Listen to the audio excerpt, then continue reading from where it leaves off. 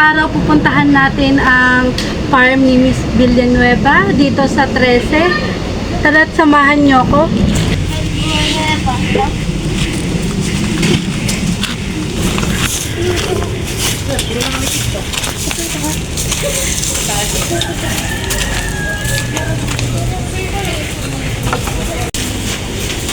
Ngayon, makakausap na natin ang may-ari ng farm na ito at aalamin natin kung paano niya pinapalago at iniingatan ang mga halaman na nandito at pinapalago. Ngayon, kasama natin si Ma'am Lovely Villanueva. Tama po ba? Opo.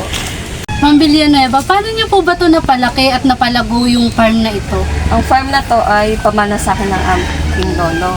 Pamana sa akin ng aking lolo bago siya mamatay. Sa katunayan nga po ay malapit na itong malugid. Nalagaan ko lang at nagtanim kami ng mga prutas, gulay dito para ito ay gumanda lalo. At yung mga nakukuha namin mga prutas, gulay ay binibenta namin para may kita din kami. Villanueva, at para din kasi yan sa ating ecosystem para lalong gumanda, mapalago nyo pa, at alam ko ay isa yan sa mga dahilan kung bakit kayo nakakain araw-araw, meron kayong pambili ng mga kung ano-ano dahil sa farm na ito. Dahil nga sa napalago nyo siya at nataniman nyo pa ng maraming halaman, mga gulay, prutas, nakakadagdag din yan para sa ating magandang ekonomiya. Ma'am Villanueva, pwede niyo ba ako maipasyal sa inyong farm at para makita ko kung gaano kaganda ito? Halika at puntahan natin.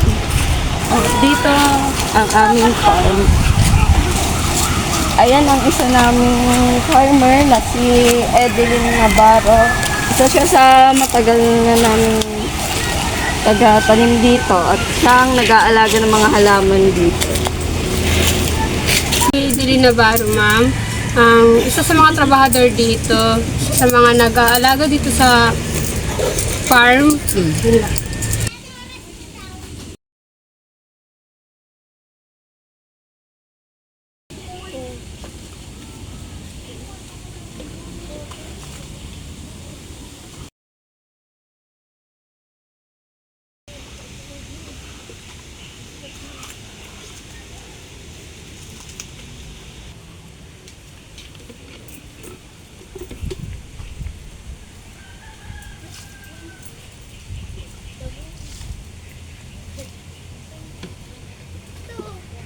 Ano po ba kayo rito, farmer?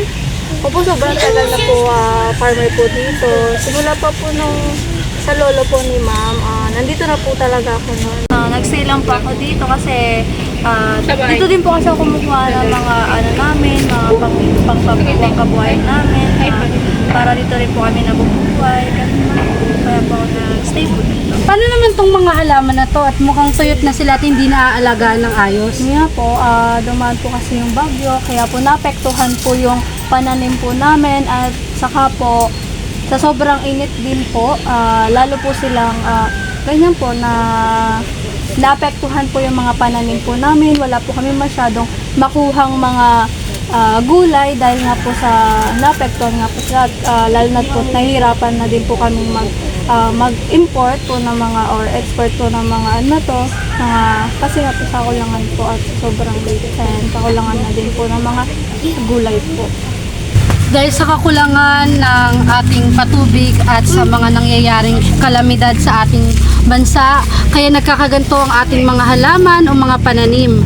Kaya tayo magtulungan para sa ating magandang kinabukasan, para may aanihin pa tayo sa susunod. Para sa ating magandang kinabukasan, lagi nating iisipin ang magiging impact nito sa ating bansa, lalong-lalo na sa ating mga pananim. At lagi niyong isipin na unahin ang ating kalikasan bago ang ibang bagay. Ayun lang po at maraming salamat.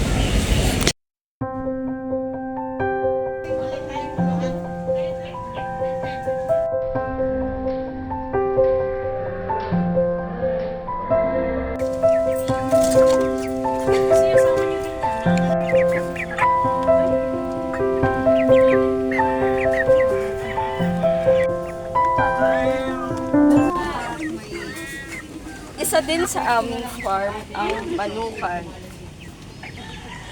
Ito din ay pinamana sa akin ng aking lolo. Pinagpatuloy ko lang.